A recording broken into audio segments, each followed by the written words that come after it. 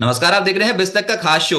Share बाजार में trade deal के नाम पे एक रैली बनी थी, लेकिन ऊपरी स्तरों पे फिर से बाजार आके फंस गया। और लगातार हम देख रहे हैं कि बाजार पे हायर लेवल्स पे मुनाफा वसूली हो रही है। लेकिन इसका एक एपिसेंटर रहा है आईटी स्टॉक्स। आईटी स्टॉक्स में भयंकर बिकवाली हो रही है। तो भैया ये क्या हो रहा है मार्केट में, इतनी उथल पुथल क्यों हो रही है? अच्छा भला चढ़ता मार्केट फिर से ऊपरी स्तरों पर दबाव में आ गया। अब इसको बहुत ही आसान भाषा में शो में डिकोड करेंगे, और हमारे साथ आप सबके चहेते हमारे खास मेहमान आज मौजूद हैं। सेंस एंड सिंप्लिसिटी के founder and CEO Sunil Subramaniam ji हमको ज्वाइन कर रहे हैं। सुनील जी नमस्कार। और मेरे को नमस्कार। ये पता लगा है कि आप ये शो भारत से नहीं कर रहे हो, आप कौन से देश में हो, आप बता दें। मैं तो सिंगापुर में हूँ अभी। तो इंटरनेशनल हो गए फिर हम आज।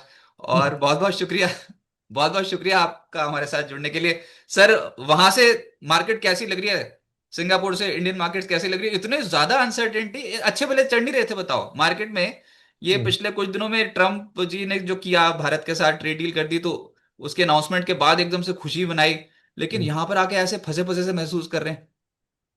नहीं, इसका कारण दो तीन है। तो एक तो अर्निंग सीजन ठीक ठाक रही, मगर क्या है कि जो उम्मीदें कंपनियों ने बताई, गाइडेंस जो कहते हैं, वो बहुत खास खास नहीं है। थोड़ी रिकवरी दिख रही है बस। तो एक वो चीज था। दूसरी बात थी कि देखिए, एफआईएस के लिए ना एआई बहुत दिलचस्पी है। मैं एआई, ये आईटी करेक्शन की बात नहीं कर रहा हूँ। मैं कह रहा हूँ कि वो जिन देशों में एआई बहुत आगे बढ़ रहा है, उन देशों में निवेश को कर रहे हैं, जैसे ताइवान हो या कोरिया हो। तो इंडिया का क्या हो गया कि क्योंकि हम एआई में थोड़े धीमे दिख रहे हैं और धीरे धीरे करें, बजट ने कुछ स्टेप्स दिखाया हमने, मगर जो इंडिया अभी का परसेप्शन है कि हम एआई को डरे हुए से ट्रीट कर रहे हैं, उसको अपना नहीं रहे हैं भरपूर के। और उसका खास वजह यह है कि हमारे देश में हमें चाहिए नौकरी, हमें चाहिए एम्प्लॉयमेंट। और एआई का डायरेक्ट ऑपोजिट है, क्योंकि एआई 10 लोगों का काम को एक लोग से करवाती है या 100 लोगों का काम। तो एआई में हमने धीरज दिखाया है, क्योंकि हमें अल्टीमेटली हमारे युवाओं को नौकरी दिलवाना है। तो उस बैलेंस में ना, हमें एफआईएस की ओर से पैसा बहुत कम आ रहा है। अब हाल में आपने देखा कि थोड़ा बहुत पॉजिटिविटी दिखा, कि सेलिंग प्रेशर कम हो गई, मगर फिर भी एक जो एफआईएस की स्थिति है। और इसके कारण क्या हुआ कि जो एफआईएस आके उनको जो पसंदीदा सेक्टर खरीदते हैं या बेचते हैं, डीआईएस उसके एक्सट्रीम विपरीत कर रहे हैं, राइट। तो उस चीज में क्या हो गया कि मार्केट एक रोटेशन मोड में। इवन मैं कहूंगा कि ट्रेड डील के बाद जो उत्साह की बात की, उतना नहीं हुआ जितना होना था, क्योंकि भयंकर डील था। उसके पहले यूरोप के साथ भी डील हुआ। तो ओवरऑल क्या है कि डीआईएस थोड़ा सावधान है, क्योंकि वो अर्निंग सीजन के फुल प्ले आउट के लिए वेट कर रहे हैं कि कौन से सेक्टर का कैसे आउटलुक बन जाए। और एक और चीज मैं फाइनली कहूंगा ट्रेड डील की उत्साह के बारे में, कि 40% ट्रेड डील का जो इम्पैक्ट है वो नॉन स्टॉक मार्केट में है। एक्सपोर्ट सेक्टर लीजिए तो एमएसएमई है ज्यादा, एग्री का मैटर लीजिए वो भी आउटसाइड स्टॉक मार्केट है। तो स्टॉक मार्केट में डायरेक्ट इम्पैक्ट वाली जो गिने चुने हैं, लार्ज कैप और लार्जर मिड कैप में ज्यादा कंपनियां नहीं है। टेक्सटाइल लीजिए, लेदर लीजिए, या फिर जेम्स एंड ज्वेलरी, ये सब स्मॉल है या मिड कैप में। एफआईएस का एज इट इज उसमें ज्यादा दिलचस्पी नहीं होता है, बिकॉज लिक्विडिटी बहुत कम होती है। तो ये सब कुल मिला के मार्केट को एक अच्छा रुझान दिखाया, मगर पूरा उसका फायदा नहीं आया। बीच में आ गई ये आईटी वाली झटका। सर, ये मैं स्ट्रेट अवर बोलूंगा कि ऐसा क्या है अमेरिका के पास और बाकी अन्य देशों के पास जो भारत के पास नहीं है? टैलेंट की कोई कमी नहीं। फिर हम इतने एग्रेसिवली आर्टिफिशियल इंटेलिजेंस को पुश क्यों नहीं कर पाए? हमारी कंपनियां क्या पीछे रह गई इसमें सोच में? क्या उतनी सोच शक्ति नहीं थी जो बाकी कंपनियों के पास है? क्या पैसे की कमी है? टैलेंट तो बहुत है। नहीं, देखिए, टैलेंट की आप बात कर रहे हैं, मगर ये देखिए कि एआई का इस्तेमाल अगर आपने जबरदस्ती तक किया, तो नौकरियां कटवाएगी ना। उस चक्कर में हम बना ही नहीं रहे हो, बाकी सब बना रहे, तो अमेरिका में नौकरी जाने की खतरा नहीं होगा क्या? नहीं, देखिए, अमेरिका में एज इट इज उनका लेबर कॉस्ट बहुत हाई है। तो एक एआई का एक एक व्यक्ति को रिप्लेस करने में बहुत फायदा होता है। यहाँ हमारी पर कैपिटा इनकम अभी 3,000 नहीं छू रही है, उधर 90,000 है। तो एक एवरेज एम्प्लॉय कॉस्ट उधर तो के 30 गुना है हमारे से। तो उधर एक एम्प्लॉय को रिप्लेस करना मशीन के जरिए बहुत फायदेमंद होता है। हमारे लिए उतने लोगों की नौकरियां और कोई भी गवर्नमेंट इसको बहुत तेजी से करेगी तो उसका पॉलिटिकल सुसाइड होगा ना, क्योंकि गवर्नमेंट को दिखाना है कि हम नौकरी क्रिएट कर रहे हैं, ऐसे नहीं कि नौकरी को घटा रहे हैं। ऐसा कोई उन्होंने बहुत बड़ा एक्शन ले लिया उस एआई के क्षेत्र में, तो वो बहुत हानिकारक हो सकता है। तो इंडिया की स्थिति ऐसी है कि हमारी ना ही पॉपुलेशन ज्यादा है, बट युवा ज्यादा है। देखिए चीन का पॉपुलेशन हमारा इक्वल है, मगर चीन में क्या है कि सब बुजुर्ग हो गए, क्योंकि उन्होंने पॉपुलेशन कंट्रोल कुछ साल पहले इंप्लीमेंट किया था। तो उनके लिए भी एआई अच्छा है, क्योंकि उनके एजिंग पॉपुलेशन को, वर्कफोर्स घट रही है, उसको रिप्लेस कर रहे हैं एआई के जरिए। हमारी एक पेक्युलर सिचुएशन है कि ज्यादा लेबर है, तो जो भी लेबर प्रमोट करने वाली चीज उसी को हम आगे लेके जाएंगे। एआई तो लेबर को कटवा रही है। तो इसीलिए यहाँ पर गवर्नमेंट की एक पॉलिसी की तरफ से सपोर्ट उतना एआई को मिला नहीं। अभी अभी बजट में थोड़ा बहुत उन्होंने एआई के बारे में सोचा है, मगर आसान नहीं है हमारे देश के लिए। ये बात मानना पड़ेगा कि हमें बैलेंस करना होगा, एक तरफ एआई का जो प्रोडक्टिविटी का इम्प्रूवमेंट, और दूसरी तरफ जो है, अब आईटी कंपनियों की बात करें तो उनके बारे में बात हो रहा था कि वो एआई को इस्तेमाल करके अपने जो यूजर कंपनीज है वहां पे उसका एडवांटेज उठाएंगे, राइट। तो वो उनके बायर्स बाकी देश में है, तो ये एआई कंसल्टिंग करेंगे तो उस कंसल्टिंग के तौर पर उन उन उन देशों में आपको नौकरियां घटेगी, हमारी नहीं। तो इसलिए आईटी पे थोड़ी पॉजिटिविटी थी कि ये जल्द से जल्द एआई के टूल्स को अपनाकर अपना बिजनेस मॉडल को बदलाएंगे। मगर वो भी मार्केट के हिसाब से इतनी तेजी से नहीं हो रही है जितना मार्केट को पर आवश्यक। पर बहुत सारी बड़ी कंपनियां जो हैं वो आर्टिफिशियल इंटेलिजेंस क्लाउड कंप्यूटिंग के लिए टाइप्स कर रही हैं, बड़ी बड़ी कंपनियों से, माइक्रोसॉफ्ट से कर रही हैं, और भी बड़ी बड़ी कंपनियों के साथ करार होते चले जा रहे हैं। तो देश को एआई हब बनाने के ऊपर भी तो फोकस है। उसका कुछ इम्पैक्ट नहीं पड़ेगा क्या? ये आईटी स्टॉक्स, ये एंथ्रोपिक जैसी company, TCS, Infosys, HCL tech की नींव बुनियाद हिला सकती है क्या?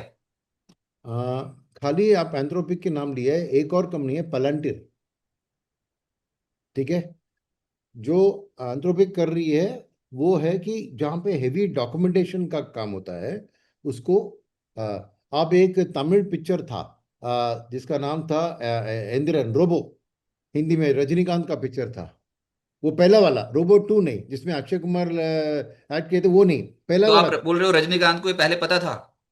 नहीं, जो भी है, मैं एक सीन बता रहा हूँ उधर।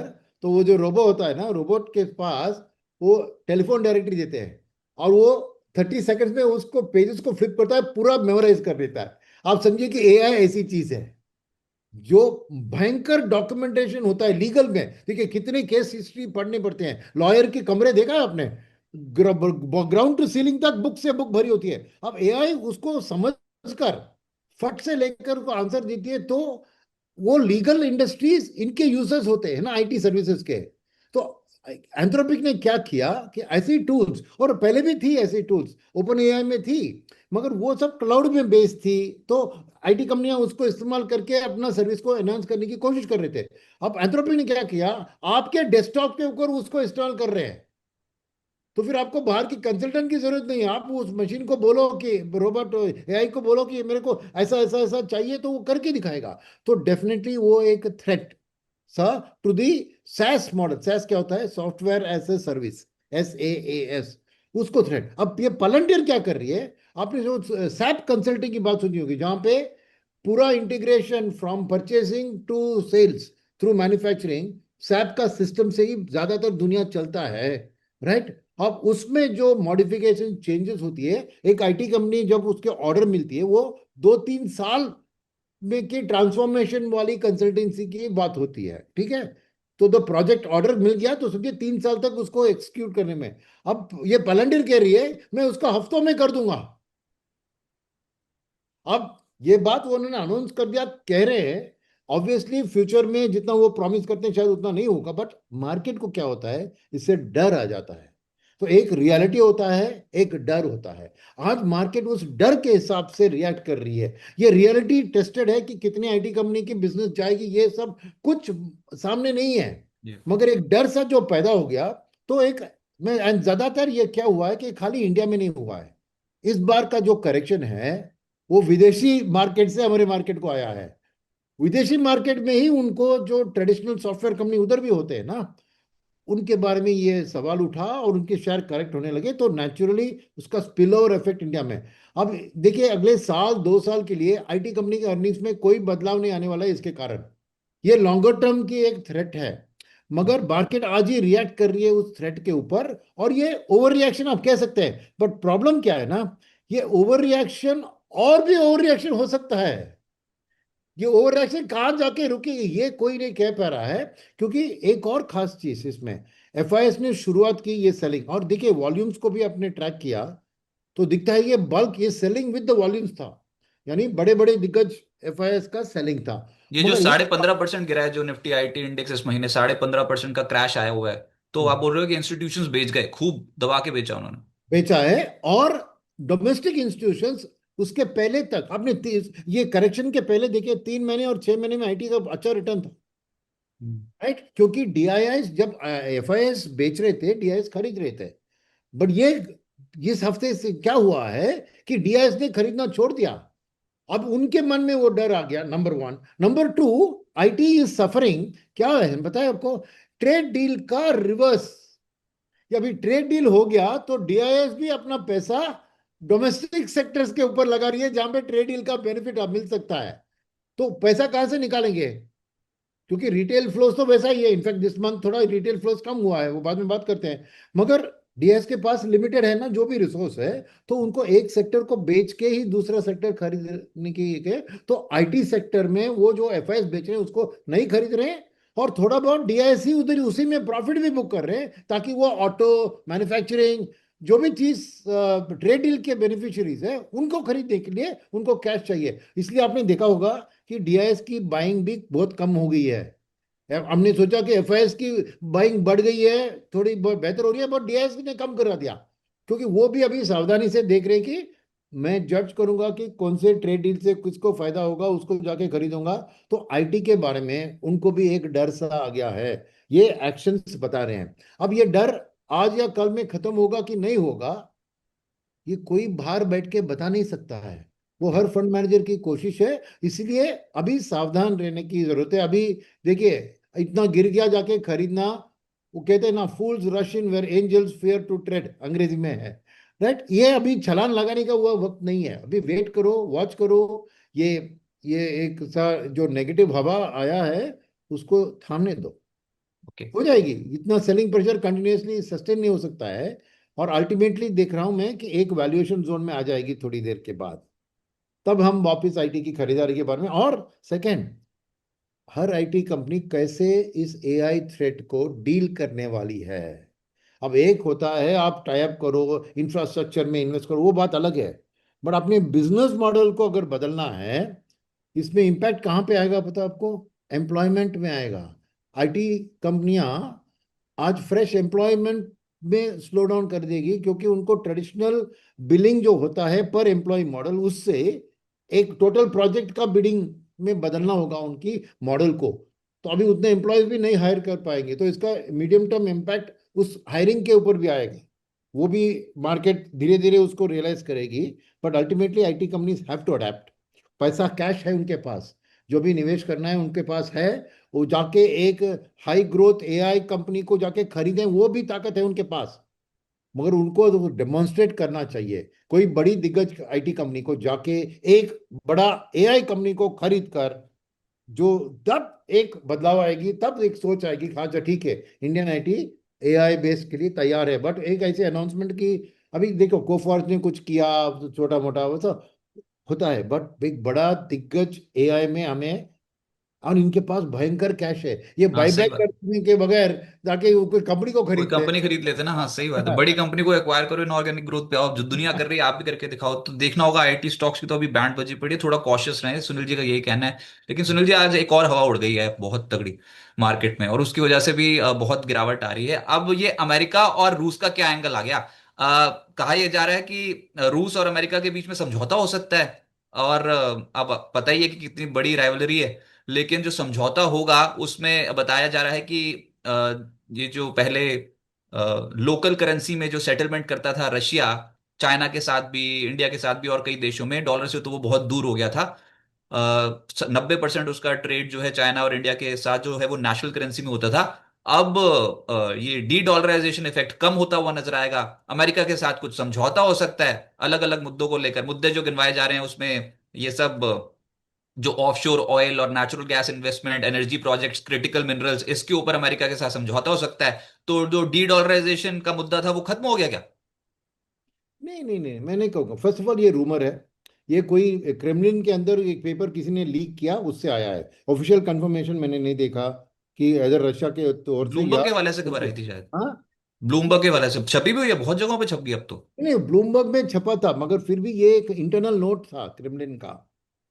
अभी ट्रम्प की ओर से या ऐसी ओर से इसका कोई कंफर्मेशन नहीं आया, ब्लूमबर्ग में आया, मगर वो भी ऐसे ही खबर आया है। ओके, एक बात वो है, ठीक है। एक बात मैं कहूंगा कि आप, अगर ये होता है, let's take it that way, okay, guarantee नहीं है कि होगा, ठीक है, गारंटी नहीं, वो नहीं होगा तो स्थिति जो है वो चलेगी। मगर ये डी डॉलराइजेशन का रशिया के साथ क्या लेना देना है?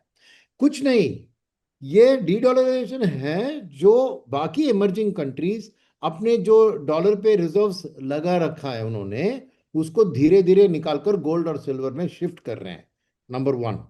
सेकेंड जो चीज, अगर रशिया और यूएस साथ में आ रहे हैं तो उसका मीनिंग ये है कि ब्रिक्स की करेंसी और भी पीछे हट जाएगी, कोई भी ब्रिक्स की करेंसी नहीं आएगी सामने। हाँ तो वही तो। का एक मुंह था ब्रिक्स का करेंसी, वो तो अभी बिल्कुल मुझे। तीसरी बात समझिए आप कि ये रशिया का जो फ्रोजन असेट्स थे डॉलर में, वो रिलीज हो जाएंगे। रशिया के बहुत सारे एसेट्स फ्रीज हो गए थे, वो रिलीज हो जाएंगे। मगर इसका डी डॉलरेशन से कुछ लेना देना नहीं है, क्योंकि डी डॉलरेशन अलग है, क्योंकि रशिया तो एनीवे डॉलर में कुछ नहीं कर रहा था।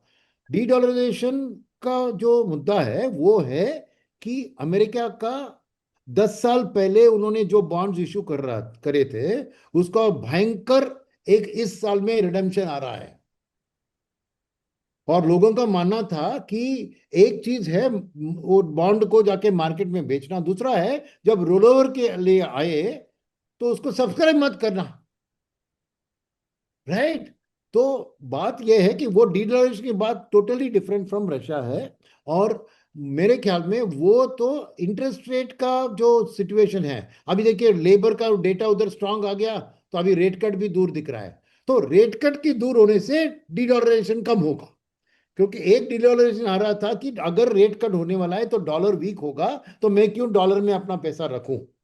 मगर अब तो रेट कट नहीं लग रही है कि जून के पहले तो नहीं होगा, और सितंबर में नई मिस्टर वॉर्स की फर्स्ट मीटिंग सितंबर में होगी, तभी का बात होगी। तो मेरे ख्याल में जो बात एक इंटरेस्ट रेट के आउटलुक के कारण जो हो रहा था वो अभी ठाल गई है।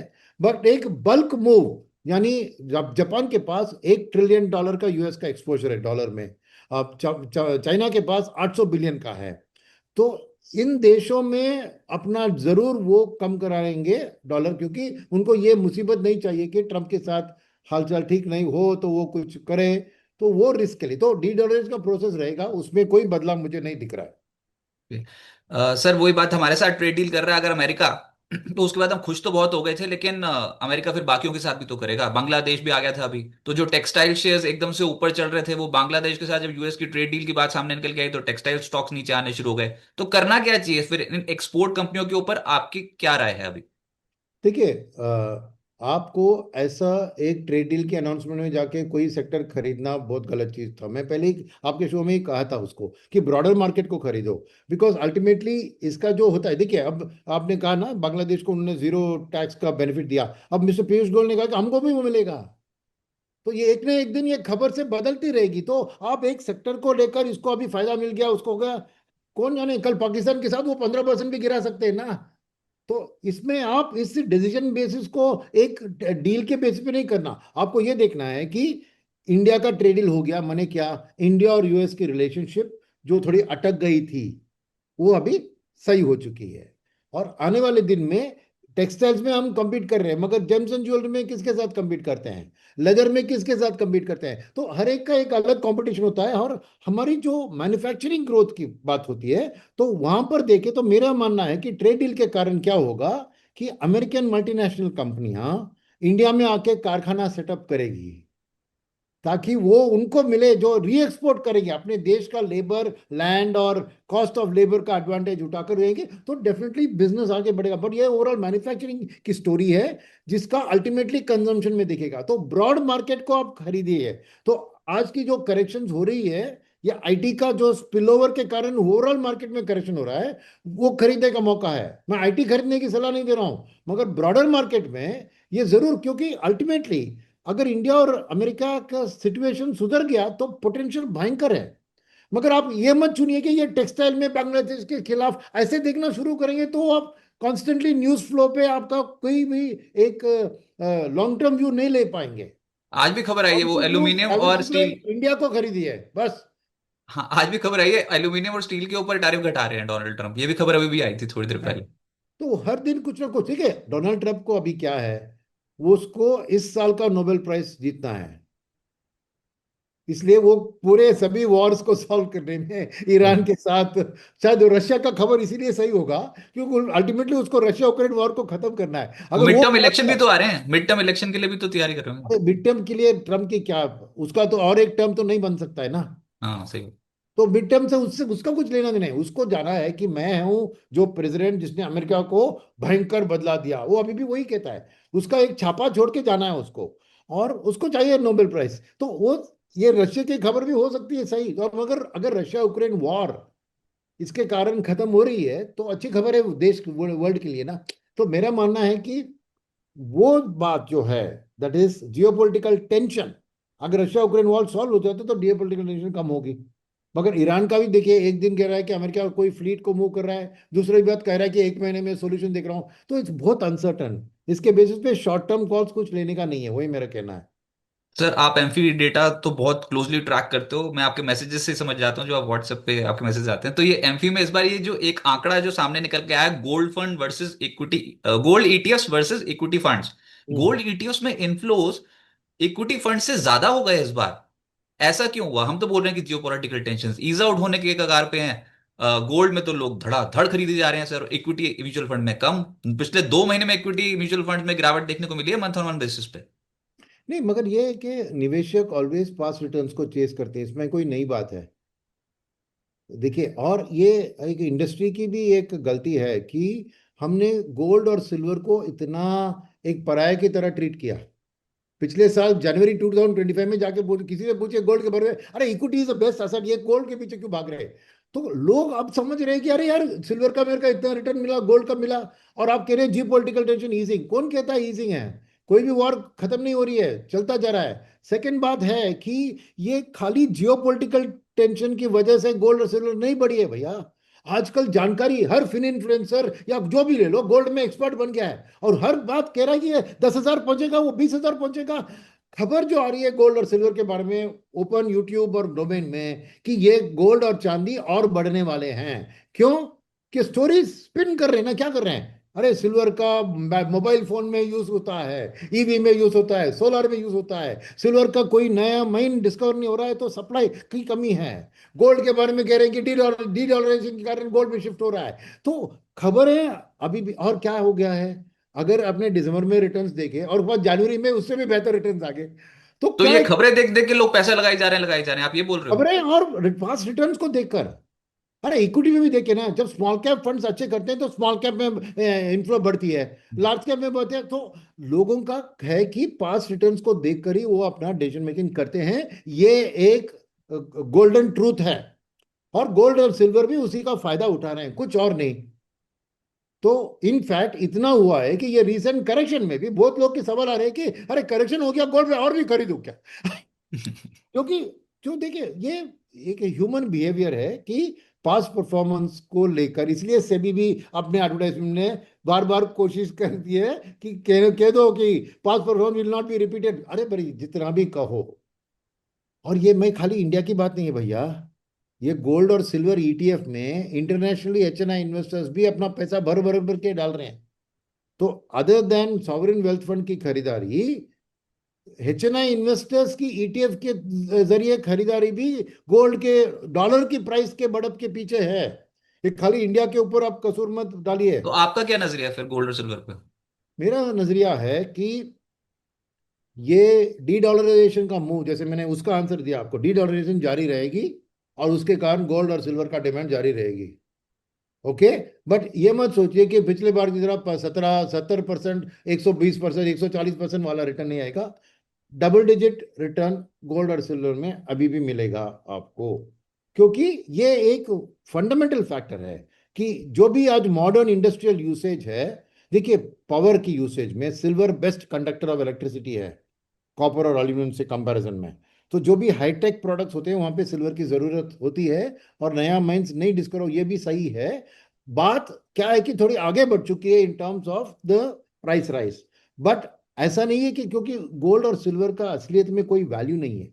देखिए ये सब डिमांड एंड सप्लाई पे चल रहे हैं। और अब के लिए क्या होता है, ये एक सेल्फ फुलफिलिंग प्रोफेसी अंग्रेजी में कहते हैं उसको, हिंदी में कैसे बताऊं पता नहीं। यानी मैं बिलीव करता हूं कि गोल्ड बढ़ेगी, मैंने इन्वेस्ट किया और बढ़ गई, तो मेरा डिसीजन सही निकला, तो मैं और भी पैसा दाव पे लगाऊंगा ना। हम्म। एक वो वर्चुअस साइकिल इसको कहते हैं, तो वो आज चल रहा है। और इस साल तक देखिए एक ही रिस्क है गोल्ड और सिल्वर के लिए, मैं मानता हूं कि अगर सिल्वर के लिए अगर कंप्लीट ईवी का कोलैप्स हो गया तो वो डिमांड घट गई, एक वो एक्सट्रीम सिचुएशन। दूसरी बात है कि रशिया उक्रेन वॉर सॉल्व हो गया और यूएस ईरान का वॉर भी सॉल्व हो गया, तो कंप्लीट जियो पोलिटिकल टेंशन खत्म। तब शायद थोड़ा एडिशनल गोल्ड और सिल्वर, क्योंकि तब क्या होगा कि रीबिल्डिंग यूक्रेन की मैन्युफैक्चरिंग की जो जरूरत होगी उसमें ध्यान जाएगा, तो पैसा गोल्ड से निकलकर उधर जाएगा। मगर ये सब इवेंट है, जो होता है तभी होता है। अब किस गारंटी से मैं कहूं कि 6 महीने में रशिया उक्रेन सॉल्व होगा, एक साल में होगा? नहीं कहते हैं, बिकॉज उक्रेन को यूरोप का सपोर्ट है। जितना ही यूएस रशिया को के ओर टिल्ट कर रही है, यूरोप भले ही कंप्लीटली यूक्रेन के पीछे खड़ी है। तो अब यूएस और यूरोप की रिलेशन ही ठीक नहीं है ना। सर, तो लास्ट सवाल ये होगा कि अगर इक्विटी मार्केट पे अभी अप्रोच रखनी हो तो क्या पॉजिटिव रहें या फिर थोड़ा कॉशियस हो जाएं? इन्वेस्टर्स इंतजार कर रहे हैं अभी वो mid cap small cap stocks में वापसी का। अगर आपको अभी एलोकेशन करना हो तो आप क्या इक्विटी खरीदोगे? अगर हाँ तो फिर कौन से सेक्टर्स पे एक्सपोजर बढ़ाओगे? मैं इक्विटी खरीदूंगा, और मेरे सेक्टर्स टॉप पिक्स होंगे कंजम्पशन और बैंकिंग एंड फाइनेंशियल सर्विसेज। और थोड़ा टाइम फ्रेम है आपके पास तो मैं थोड़ा इंफ्रास्ट्रक्चर और रियल्टी उसमें भी थोड़े एलोकेशन करूंगा। और ये जो करेक्शन हो रहा है मार्केट में नॉन आईटी सेक्टर्स में, ये एक्चुअली बाइंग अपॉर्चुनिटी है मुझे, क्योंकि आने वाले दिन इतने खराब नहीं होंगे जितना आज मार्केट का एक सेंटिमेंटल रिएक्शन हो रहा है। राइट, तो मेरे ख्याल में एफआईएसबी हमारे इसी सेक्टर को ढूंढते हुए वापस आएंगे। आईटी के बारे में बात अलग है, क्योंकि ये जो नया थ्रेट आया है उसको एनालाइज करके अंडरस्टैंड करना में थोड़ा वक्त लगेगा। मगर नॉन आईटी में मार्केट में मैं कहूंगा कि ये बाइंग के लिए अच्छी मौका है। मगर गोल्डन रूल होता है, स्टैगर कीजिए क्योंकि वॉलिटिलिटी थोड़ी दिन के लिए रह सकती है, और डाइवर्सिफाई कीजिए किसी एक सेक्टर, मैंने 2-3 सेक्टर बताए, तो आप एक डाइवर्सिफाइड तरीके से इसमें बनाइए अपना पोर्टफोलियो। राइट, कंजम्पशन को लीजिए, इंफ्रा को भी लीजिए, बैंकिंग को लीजिए, ये तीनों को अब लेंगे तो आईटी से अब के लिए दूर रहेंगे उसके कारण। और इसमें मुझे लग रहा है कि जो भी करेक्शन है, क्योंकि समर आएगी, देखिए आपको कूलिंग रिलेटेड ड्यूरेबल्स का सेल्स अच्छा आके वह रुझान मिलेगा। सेकेंड हाफ में मैं मानता हूं कि रियल्टी की भी बात, क्योंकि ये डेटा सेंटर में रियल्टी की जरूरत है, फिर आधार हाउसिंग अफोर्डेबल हाउसिंग भी बढ़ेगी। तो मेरे ख्याल में, और बैंकिंग का तो नंबर्स एनपीए लेवल्स बहुत कम हैं, क्रेडिट ग्रोथ डिपॉजिट ग्रोथ से तेजी से बढ़ रही है। तो ये सब चीज मुझे दिखा रही है कि डोमेस्टिक इकोनॉमी की स्ट्रेंथ जारी है, कोई दिक्कत नहीं है उसमें।